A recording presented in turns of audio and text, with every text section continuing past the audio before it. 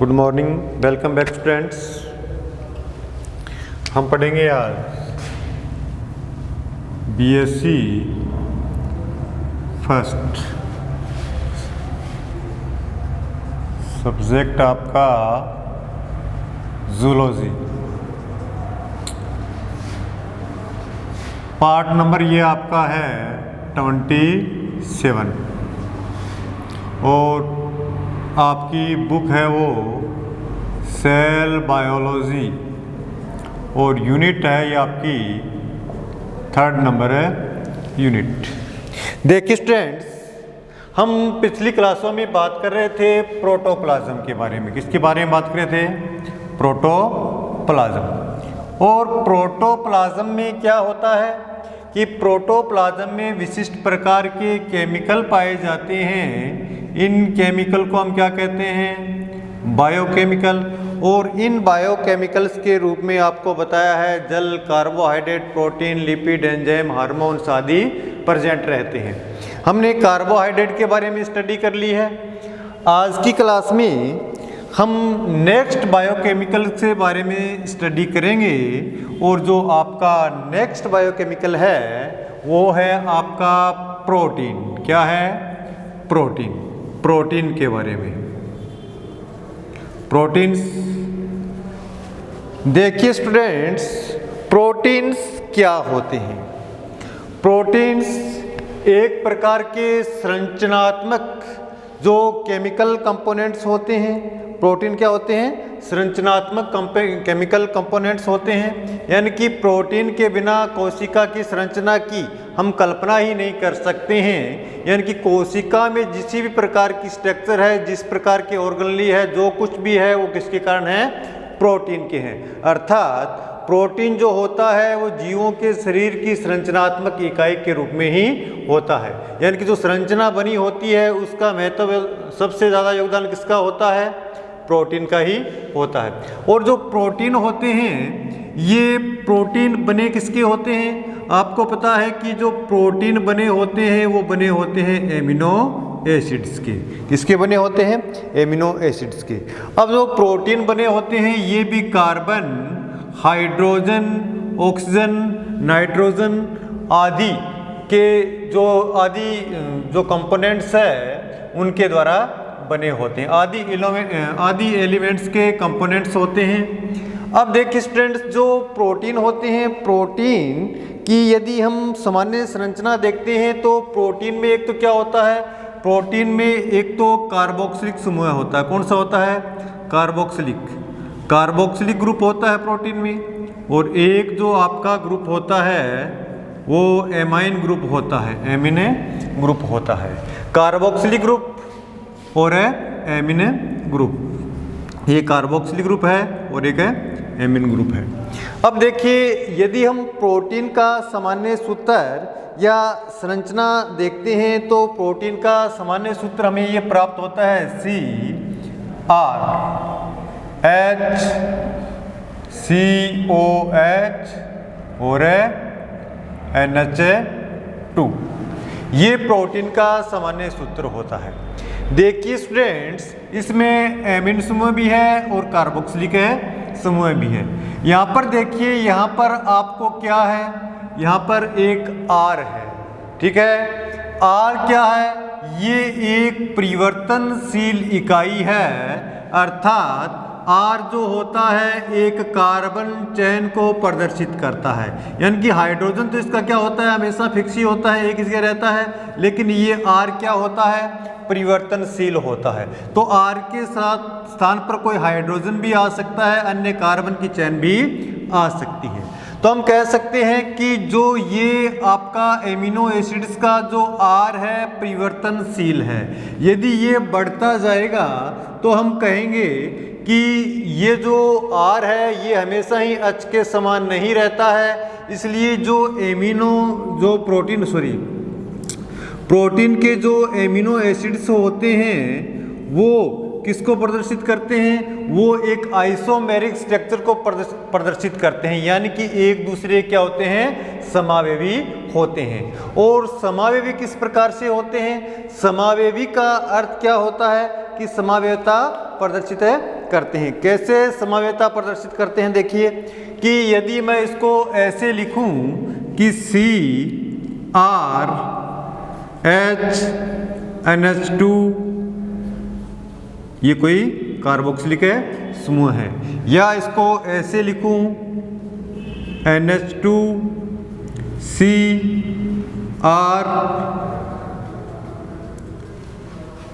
तो ये एक दूसरे के समावेवी हैं, यानी कि दर्पण प्रतिबिंब है।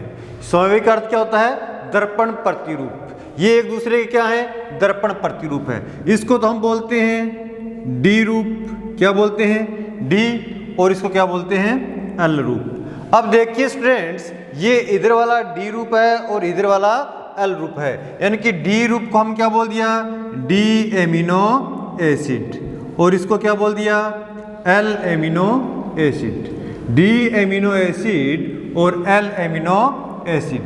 अब जो आपके प्रोटीन की संरचना के अंदर हमें पता है कि प्रोटीन जो होते हैं वो एमिनो एसिड्स के बने होते हैं, और प्रोटीन के अंदर जो एमिनो एसिड होते हैं वो एल रूप में पाए जाते हैं। जबकि डी रूप के जो आपके एमिनो एसिड्स हैं ये या तो आपकी एंटीबॉडीज में पाए जाते हैं, एंटीबॉडीज के अंदर होंगे, या बैक्टीरिया के अंदर पाए जाते हैं। मेनली ये जो आपके सामान्य प्रोटीन है, प्रोटीन के अंदर एमिनो एसिड्स का डी रूप है नहीं पाया जाता है, केवल और केवल क्या पाया जाता है? एल रूप ही पाया जाता है। अब देखिए स्टूडेंट्स कि जो आपके एमिनो एसिड्स हैं, एमिनो एसिड्स के अंदर क्या है?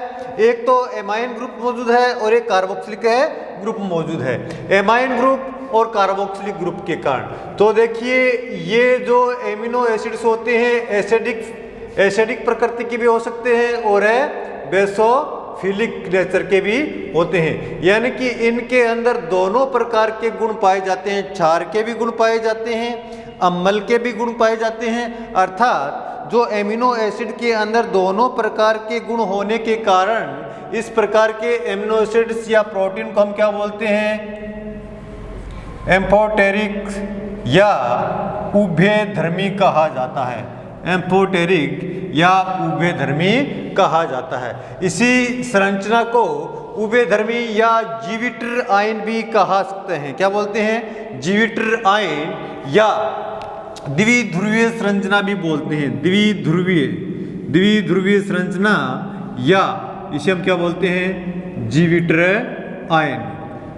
आयन भी कहा जाता है। यानी कि जो एमिनो एसिड्स होते हैं इनमें क्षारीय गुण भी होते हैं और अम्लीय गुण भी होते हैं, और दोनों प्रकार के गुण होने के कारण एमिनो एसिड्स की जो प्रकृति होती है वो उभयधर्मी नेचर होती है, अर्थात अम्ल और क्षार दोनों के गुण होते हैं। इसी कारण से इसके अंदर यदि हाइड्रोजन की संख्या बढ़ती है तो एमिनो एसिड्स की प्रकृति पर हाइड्रोजन आयन का कोई इफेक्ट नहीं होता है, क्योंकि ये एक जीविटर आयन या डिप्लॉयड आयन की तरह कार्य करता है, डाइपोलर आयन की तरह कार्य करता है या जीविटर आयन की तरह कार्य करता है। तो ये तो थी एमिनो एसिड्स के बारे में सामान्य सूत्र और सामान्य संरचना।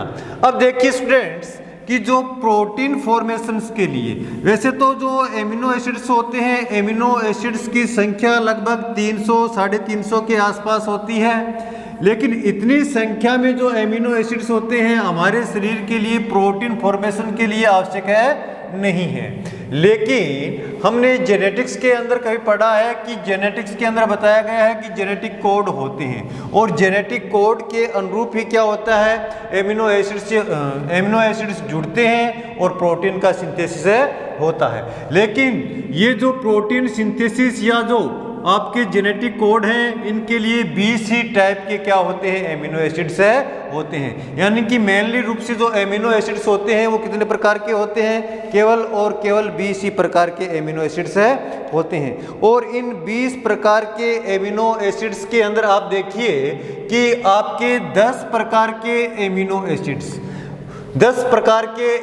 एसिड्स जो होते हैं वो आपके शरीर के अंदर बनते रहते हैं, जबकि 10 प्रकार के एमिनो एसिड्स ऐसे होते हैं जिनका फॉर्मेशन आपके बॉडी के अंदर नहीं होता है, एनिमल की बॉडी के अंदर नहीं होता है। तो इस प्रकार के जो एमिनो एसिड्स होते हैं इनको बाहर से भोजन के रूप में ग्रहण करने की आवश्यकता होती है। तो ये जो 10 प्रकार के एमिनो एसिड होते हैं इन्हें क्या बोलते हैं? एसेंशियल एमिनो एसिड्स कहा जाता है। एसेंशियल का अर्थ क्या हो गया? आवश्यक एमिनो एसिड। इन्हें क्या बोलते हैं? आवश्यक एमिनो एसिड, एमिनो अम्ल। ठीक है। और 10 प्रकार के जो होते हैं वो आपके क्या होते हैं? नॉन एसेंशियल होते हैं, यानी कि अनावश्यक प्रकार के एमिनो एसिड होते हैं। कैसे होते हैं? अनावश्यक प्रकार के, अनावश्यक एमिनो एसिड, यानी कि 10 प्रकार के आवश्यक प्रकार के एमिनो एसिड जिनको भोजन के रूप में शरीर के बाहर से लेना आवश्यक होता है, और 10 प्रकार के क्या होते हैं? आपके आवश्यक प्रकार के एमिनो एसिड, अनावश्यक प्रकार के एमिनो एसिड होते हैं जिनका फॉर्मेशन बॉडी के अंदर होता है। तो ये 10 प्रकार के जो आपके आवश्यक प्रकार के एमिनो एसिड हैं जिनका फॉर्मेशन हमारे बॉडी के अंदर नहीं हो सकता है, ये कौन कौन से हो सकते हैं? देखिए, एक तो आपका है आर्जिनिन। कौन सा है? आर्जिनिन। एक आपका है लाइसिन, एक है ल्यूसीन, एक है आइसोल्यूसीन, एक मेथियोनिन,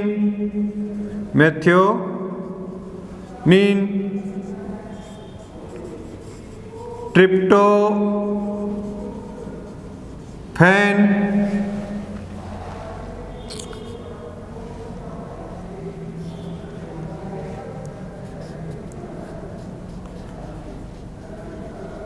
थायरोनिन,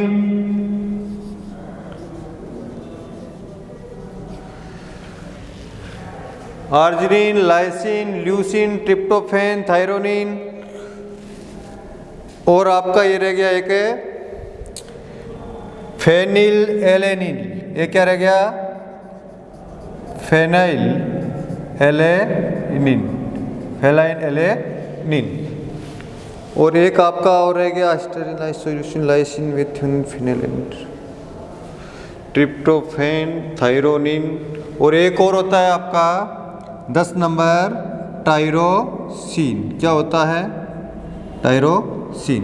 तो ये जो 10 प्रकार के एमिनो एसिड्स होते हैं इनका फॉर्मेशन हमारी बॉडी में नहीं होता है, इसलिए ये एसेंशियल प्रकार के एमिनो एसिड्स होते हैं, अर्थात आवश्यक प्रकार के एमिनो एसिड्स होते हैं। इसके अलावा जो भी एमिनो एसिड्स बनते हैं वो आपके एमिनो एसिड जो होते हैं, इसके अलावा जो भी एमिनो एसिड बनते हैं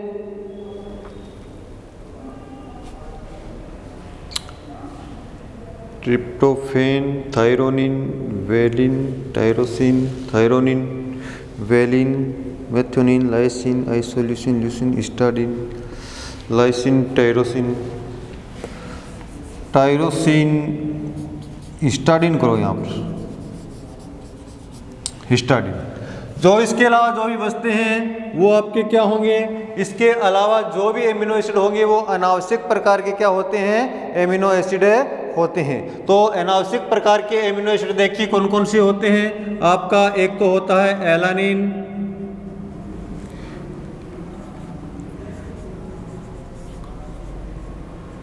glycine,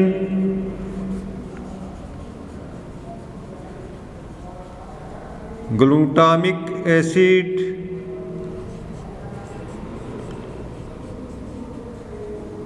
glutamine,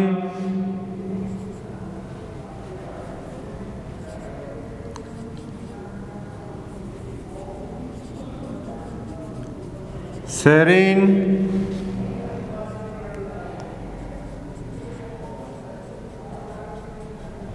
aspartic acid,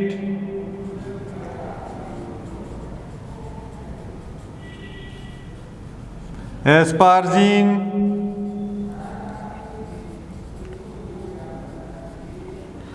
tyrosine, ये आपका हो गया alanine, glycine, glutamic acid, glutamine, serine, asparagine, tyrosine, और एक और रह गया आपका ये 9 number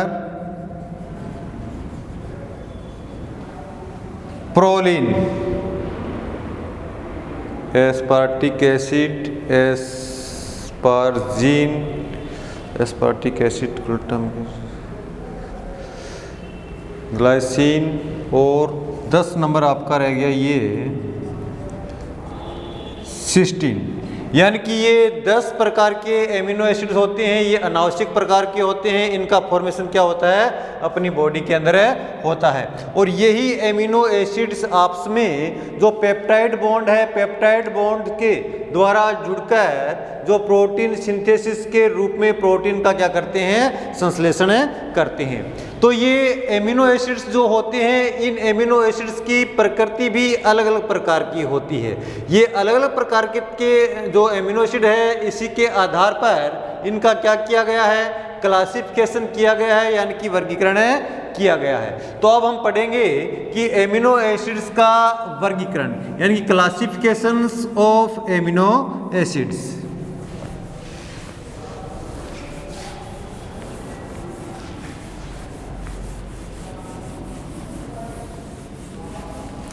classifications of amino acid.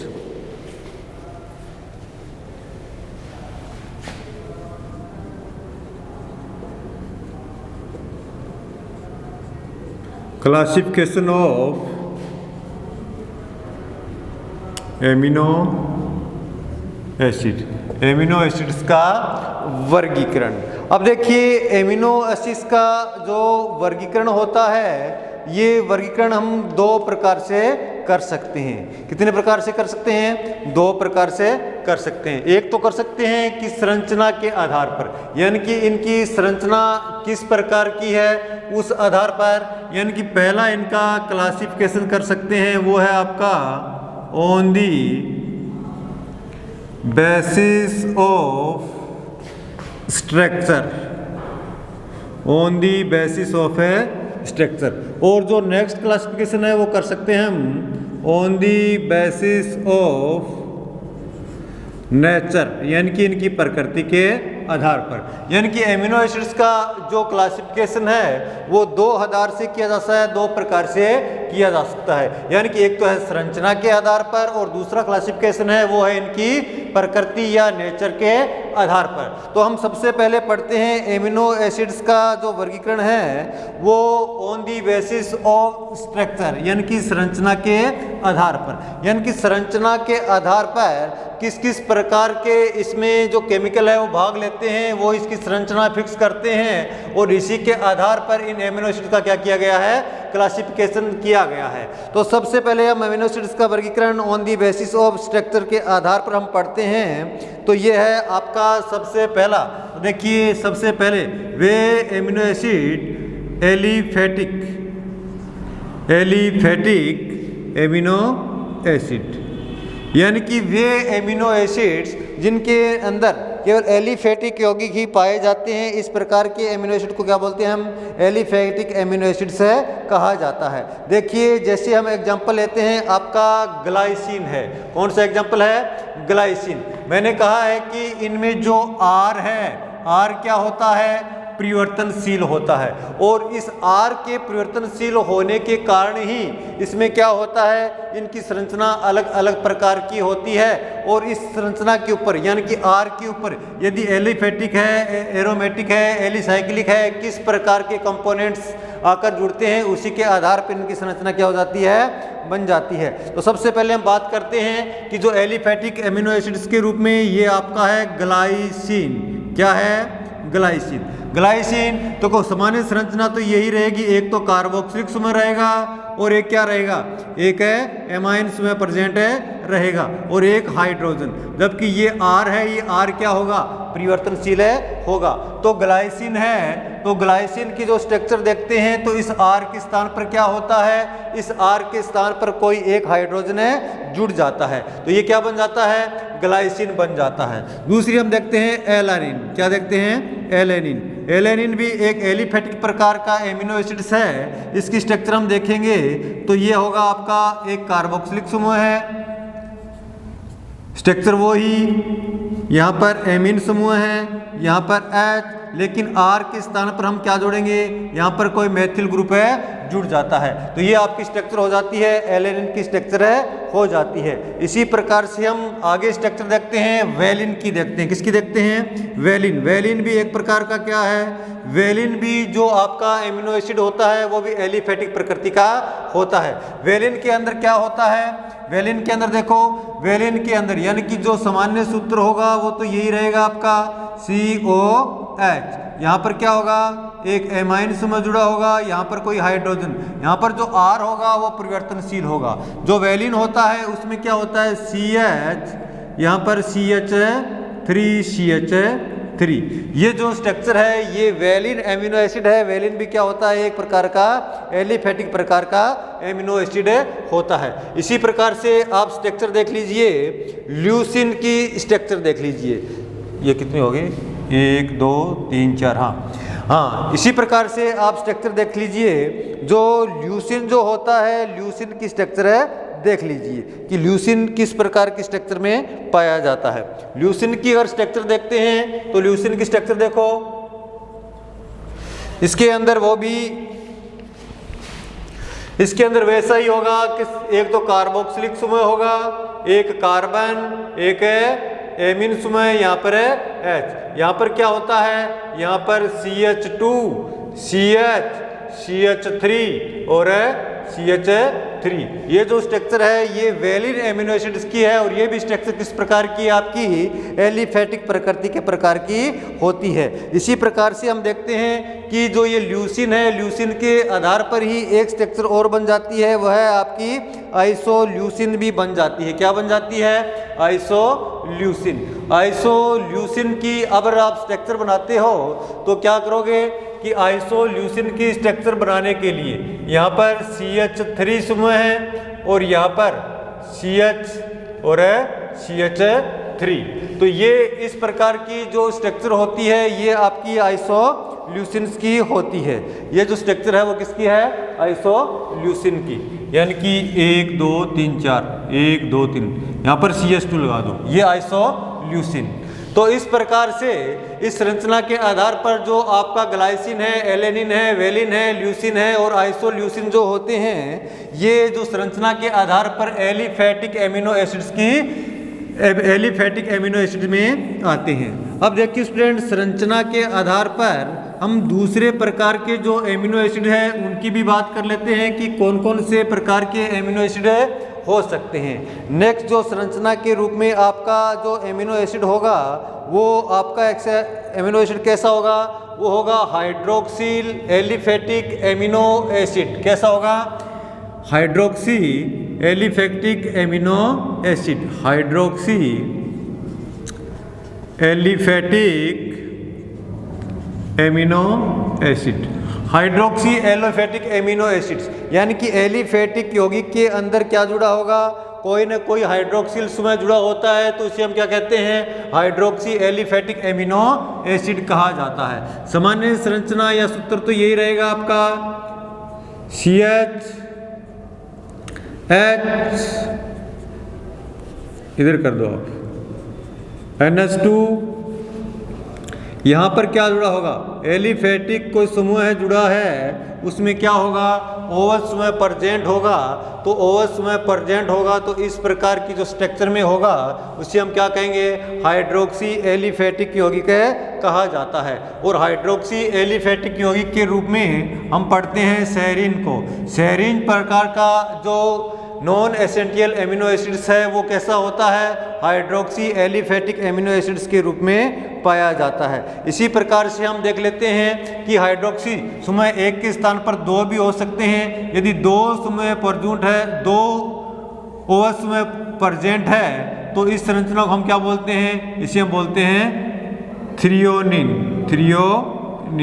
Threonine. यानी कि एक प्रेजेंट है तो सेरीन और 2 OH में प्रेजेंट है उसे हम क्या कह देते हैं, थ्रियोनिन कहा जाता है। इस प्रकार से हम नेक्स्ट संरचना हम देख सकते हैं कि जो किस प्रकार की हो सकती है कि दूसरे प्रकार की संरचना के अंदर क्या है कि दूसरे प्रकार की संरचना ऐसी होती है कि एमिनो एसिड कंटेनिंग्स, जो एमिनो एसिड होते हैं वो किस प्रकार के होते हैं, एमिनो एसिड सहित, यानी कि एमिनो सहित कैसे होते हैं, एमिनो एसिड। कहने का अर्थ है कि एमिनो एसिड में एक तो एमिन्स में प्रेजेंट होता ही होता है, लेकिन एमिन सहित एमिनो एसिड में एक एमिन के अलावा एक एमिन्स में और प्रेजेंट रहता है। तो इस प्रकार के एमिनो एसिड्स को हम क्या कहते हैं, इस प्रकार के एमिनो एसिड्स को एमिनो सहित एमिनो एसिड कहा जाता है। तो देखिए ये इस प्रकार का जो एमिनो एसिड होगा वो क्या होता है, तो ये सामान्य सूत्र इसका हम बना लेते हैं COH। ये C यहाँ पर कोई क्या है H और यहाँ पर क्या है आपका एक है एमिन, लेकिन यहाँ पर देखिए CH2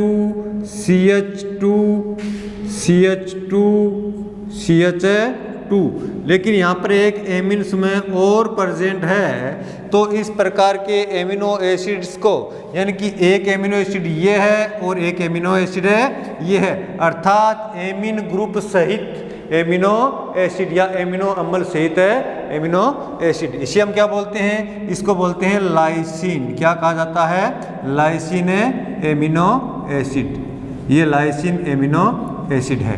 तो इस प्रकार से एमिनो सहित एमिनो एसिड का ये एग्जाम्पल हो जाता है।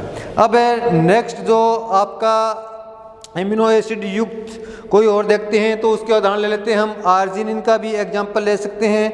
आर्जिनिन में भी देखिए किस प्रकार का समूह प्रेजेंट होता है। आर्जिनिन आप देखते हो तो आर्जिनिन के अंदर भी एमिन, 2 प्रकार के एमिन पाए जाते हैं। अब देखो आर्जिनिन के अंदर देखो, आर्जिनिन के अंदर क्या होगा, NH2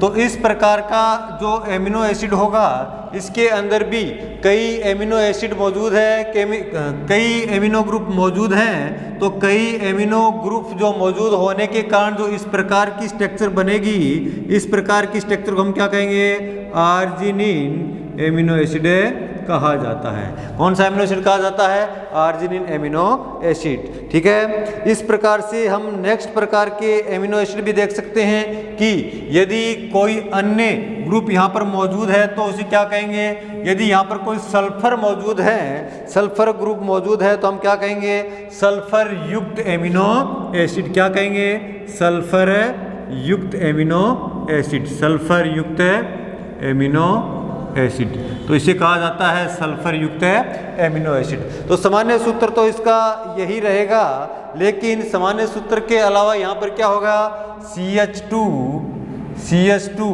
कोई सल्फोनिक ग्रुप यहाँ पर जुड़ा होगा जिसमें क्या होगा, सल्फर मौजूद होती है।